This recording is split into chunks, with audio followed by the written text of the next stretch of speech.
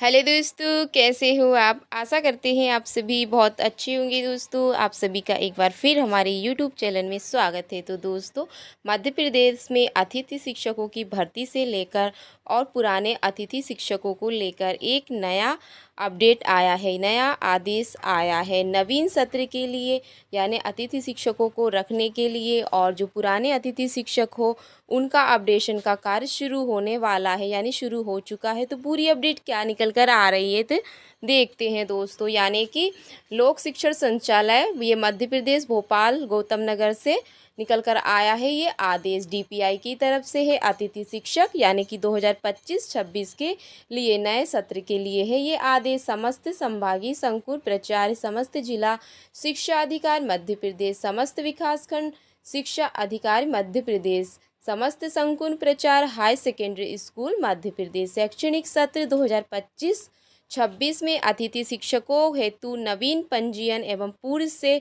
पंजीकृत आवेदकों द्वारा जानकारी का उद्घाटन करने का विषयक है। उपरोक्त विषय अंतर्गत शैक्षणिक सत्र 2025-26 में अतिथि शिक्षक आमंत्रण हेतु नवीन चयन एवं पंजीकृत आवेदकों के लिए 2 मई से नवीन एजुकेशन पोर्टल यानी 3.0 एजुकेशनल प्रारंभ किया जा रहा है। आवेदक पोर्टल पर अपनी शैक्षणिक व्यावसायिक योग्यता की प्रविष्टि संशोधन कर सकते हैं अतः आवेदक निम्नानुसार कार्रवाई करें। नवीन आवेदकों को जो पूर्व से पंजीकृत नहीं है वह पोर्टल पर अपना पंजीकृत करें और शैक्षणिक व्यावसायिक योग्यता के दस्तावेज अपलोड कर प्रविष्टि कर अपनी यानी कि अपनी प्रोफाइल लोग कर सत्यापन कराएं। पूर्व से पंजीकृत ऐसे आवेदक जो अपनी जानकारी में संशोधन करना चाहते हैं अपने दस्तावेजों को अपलोड कर जानकारी को अपलोड कर यानी कि प्रोफाइल लोग कर सकते हैं।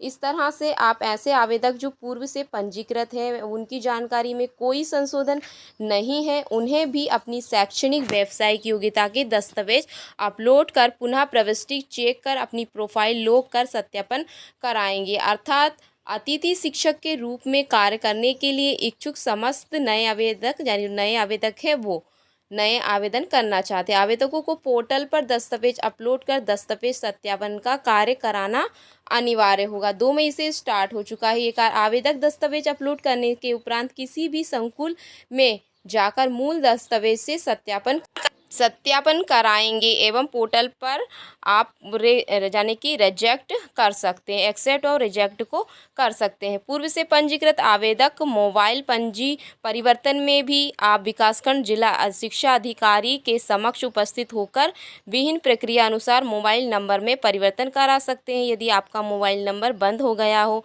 पहले का नंबर बंद हो गया, आप नया ऐड कराना चाहते हो तो इस तरह और समय ये कार्य आपको समय सीमा में ही करना पड़ेगा। कार्रवाई विवरण यानी कि क्या है समय सीमा। आवेदक को अपनी शैक्षणिक व्यावसायिक योग्यता शिक्षक पात्रता परीक्षा से संबंधित दस्तावेज अपलोड करने की जो तारीख है 2 यानी कि 2 से आपको 12 तारीख तक आपको अपने दस्तावेज अपलोड कर लेना है। अपनी प्रोफाइल को अपलोड मतलब यदि आप प्रोफाइल चेंज करना चाहते हैं अपनी शैक्षणिक योग्यता यदि उसमें ऐड करना चाहते हैं तो आपको 12 मई तक ये कार्य निपटा लेना है। यही समय सारणी है। समय से पहले आप अपना कार्य पूरा करें। यदि नए आवेदक है तो वो भी अपना काम करें, पुराने आवेदक है तो प्रोफाइल अपडेट कर सकते हैं। समय सीमा 12 मई। सामान्य निर्देश भी कुछ दिए गए हैं, आप देख सकते हो। समस्त आवेदक द्वारा नवीन पोर्टल पर दस्तावेज अपलोड सत्यापन कराना आवश्यक है। ऐसे आवेदक जिनके द्वारा ये कार्रवाई नहीं की जाएगी उनके स्कोर कार्ड जनरेट नहीं होंगे, यानी कि आपके स्कोर कार्ड नहीं बनेंगे यदि आप जानकारी को अपलोड नहीं करते हो। वह सत्र 2025-26 के अतिथि शिक्षक आमंत्रण में प्रक्रिया में भी भाग नहीं ले सकेंगे। संकुल प्रचार आवेदक के दस्तावेज सत्यापन का कार्य सावधानी पूर्वक करेंगे। त्रुटिपूर्ण सत्यापन होने पर अथवा लापरवाही की स्थिति में संबंधित संकुल प्राचार्य के विरुद्ध अनुशासनात्मक कार्यवाही की जाएगी। जैसे संकुल प्राचार्य द्वारा आवेदक की अपूर्ण प्रशिक्षण योग्यता बीएड 1 वर्ष पूर्ण होने पर सत्यापन करना। संकुल प्राचार्य द्वारा बिना मूल दस्तावेज के सत्यापन की कार्यवाही नहीं की जाएगी, यानी कि आपके मूल दस्तावेज आपकी ओरिजिनल मार्कशीट होना बहुत ज़रूरी है। आवेदक की जो जानकारी है, शैक्षणिक प्रशिक्षण योग्यता, मान्यता प्राप्त संस्थान से होने ही मूल दस्तावेज के सत्यापन की कार्यवाही पूर्ण की जाएगी। जैसे कि एमपी टेट, आपकी सीटेट की नहीं, एमपी टेट की होना चाहिए। उक्त कार्यवाही का स्थानीय स्तर पर व्यापक प्रचार प्रसार करें, जिससे नवीन पंजीकृत, पूर्व से पंजीकृत समस्त आवेदक पोर्टल पर दस्तावेज अपलोड करने पर प्रोफाइल संशोधन कर सके, संपूर्ण कार्यवाही कर सके। तो आपके ओरिजिनल डॉक्यूमेंट होना बहुत ज़रूरी है। जैसे कि अन्य टेट की नहीं, आपको एमपी टेट की मार्कशीट चाहिए, वो भी ओरिजिनल, तभी आपके डॉक्यूमेंट्स वेरिफिकेशन हो पाएंगे, तभी आपका सत्यापन हो पाएगा, तभी आप यानी कि नए अतिथि शिक्षक के रूप में कार्य कर सकते हो। तो इस तरह से जो जानकारी है, आपको पूरी जानकारी होना बहुत ज़रूरी है।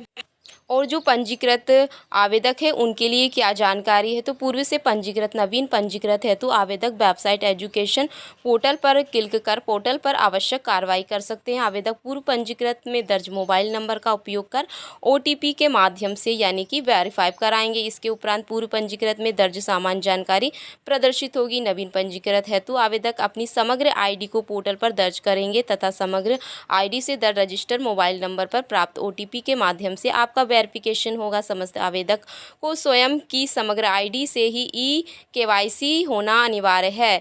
आवेदक की ई-केवाईसी नहीं होगी तत्काल समग्र की वेबसाइट पर आप यानी कि आप ई-केवाईसी कर सकते हो, कार्यवाही की जाएगी। आवेदक स्वयं का 9 अंकों का स्वयं का समग्र आईडी दर्ज करेंगे। तदुपरांत समग्र दर्ज मोबाइल नंबर पर प्राप्त ओटीपी से जानकारी का सत्यापन करेंगे।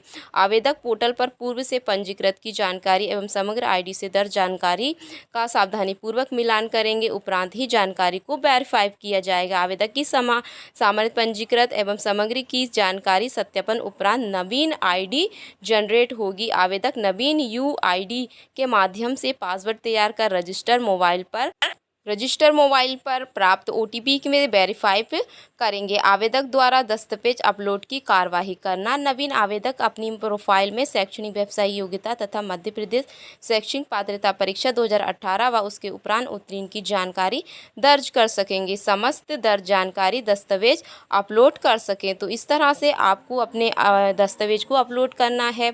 आवेदक द्वारा दर्ज जानकारी मूल दस्तावेज से मिलान करने के उपरांत ही सत्यापन कार्य यानी पोर्टल से दस्तावेज का ऑनलाइन सत्यापन कार्य करा सकेंगे। विगत वर्षों में ये देखने में आया है कि यानी कि आपके जो ओरिजिनल डॉक्यूमेंट्स हैं उन्हीं को देखकर आपका वेरिफिकेशन किया जाएगा। बीएड एमएड के प्रथम सेमेस्टर के आधार पर संकुल प्रचार द्वारा वेरीफाई कर दिया गया था, यानी पहले ऐसा हो चुका है, जिसमें गलत स्कोर कार्ड बनाया था। संकुल प्रचार दस्तावेज सत्यापन के समय समस्त सेमेस्टर की मूल अंक सूची देखकर ही योग्यता का प्रमाणितकरण करें। मतलब जितने भी सेमेस्टर आपके हुए हैं उन सभी को ओरिजिनल मार्कशीट के आधार पर ही आपका सत्यापन किया जाएगा। आवेदकों के दस्तावेज सत्यापन का कार्य ओटीपी के माध्यम से होगा। संकुल प्रचार के पोर्टल पर रजिस्टर्ड मोबाइल नंबर पर प्राप्त होगा। आवेदक दस्तावेज की जानकारी में किसी भी प्रकार की भिन्नता पाए जाने पर आवेदक को रिजेक्ट कर दिया जाएगा। यदि कोई त्रुटि पाई जाती है तो आपको रिजेक्ट कर दिया जाए। आवेदक के सत्यापन उपरांत आवेदक की प्रिंट निकाल कर दिया जाएगा। एवं यदि आपका फॉर्म हो या आपके सत्यापन रिजेक्ट हो करने की स्थिति में आवेदक को अवगत कराया जाएगा कि आपकी जो जानकारी दी है वह सही नहीं है। आप पुनः जानकारी दें, जिससे कि आपकी पुनः जानकारी दर्ज कर यानी कि दस्तावेजों को फिर से अपलोड कर सत्यापन कराया जाए। लेकिन यदि आपके जानकारी सही है तो आपका पहली बार में ही आपका सत्यापन हो जाएगा, रिजेक्ट नहीं होगा आपका। ध्यान रहे कि संकुल प्रचार दस्तावेज सत्यापन के समय समस्त सेमेस्टर की मूल अंक सूची देखकर ही आपको प्रमाणित करेंगे। आवेदक के जो दस्तावेज सत्यापन का कार्य ओटीपी के माध्यम से होगा। संकुल प्रचार के पोर्टल पर रजिस्टर मोबाइल नंबर पर प्राप्त होगा। आवेदक दस्तावेज की जानकारी में किसी भी प्रकार की भिन्नता पाने जाने पर आवेदक को रिजेक्ट करेंगे। आवेदन के सत्यापन उपरांत आवेदक को प्रिंट निकाल कर दिया जाएगा एवं रिजेक्ट करने की स्थिति में आवेदक को अवगत कराने की वह सही जानकारी पुनः दर्ज करे। दस्तावेज अपलोड सत्यापन कराएं। आवेदक में दर्ज किए गए दस्तावेज की छाया प्रति कार्यालयीन अभिलेख के संधारित में की जाएगी। भविष्य में आवश्यकता होने पर जानकारी प्राप्त की जा सकती है। जिला विकासखंड शिक्षा अधिकारी द्वारा की जाने वाली क्या कार्रवाई करेंगे। तो पूर्व से पंजीकृत आवेदक के मोबाइल नंबर पर बंद हो जाने की स्थिति में जिला विकासखंड शिक्षा अधिकारी अपने लॉगिन आईडी से परिवर्तित